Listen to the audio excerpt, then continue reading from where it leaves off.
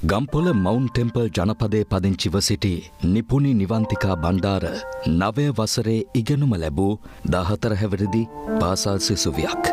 පසුගිය 13 වෙනි සඳුදා බාප්පා විසින් නිපුණිව ඔහුගේ නිවසට රැගෙන ගොස් ඇති අතර පසුව ඇය බාප්පාගේ පහර කෑමට ලක්ව තිබුණා. බෙහෙන් ගැහුව කියලා අපිට දුව කිව්වේ නෑ බඩේ කැක්කම කියලා විතරයි කිව්වේ. පසුගිය ඉරිදා බාප්පා විසින් නිපුණිව යලි ඇගේ නිවසට බහර දෙනු ලැබුවත් පහර කෑමෙන් ඇය සඳුදා දිනය ගත කර තිබුණේ දැඩි වේදනාවකින්.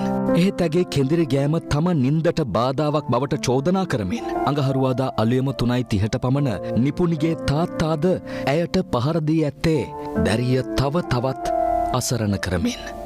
පහර කෑමෙන් ඇති වූ වේදනාවන් දරාගත නොහැකිව එදින දහවල් ඇය ජීවිතයෙන් සමුගත්තා.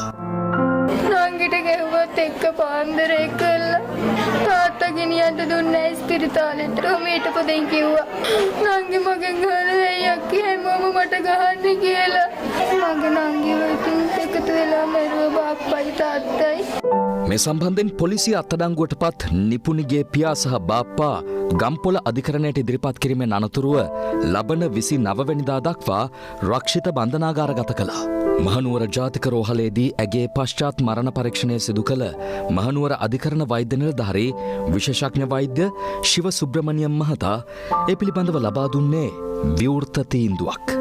දියණියකට සිටින ලොව හොඳම ආරක්ෂකයා වන තම පියාගේ පහර කෑමෙන්ම දිවියට සමුදුන් අහිංසක නිපුණිගේ නිසල සිරුර ඊයේ යලි ඇගේ නිවසට රැගෙන ආවා.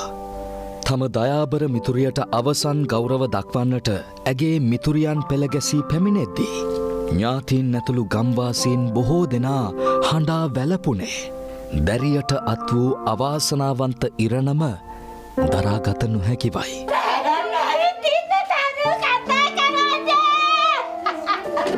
ආගමික වතාවත් වලින් අනතුරුව ඇගේ දේහ ගම්පොල නගර සභා සුසාන භූමියට රැගෙන ආවා.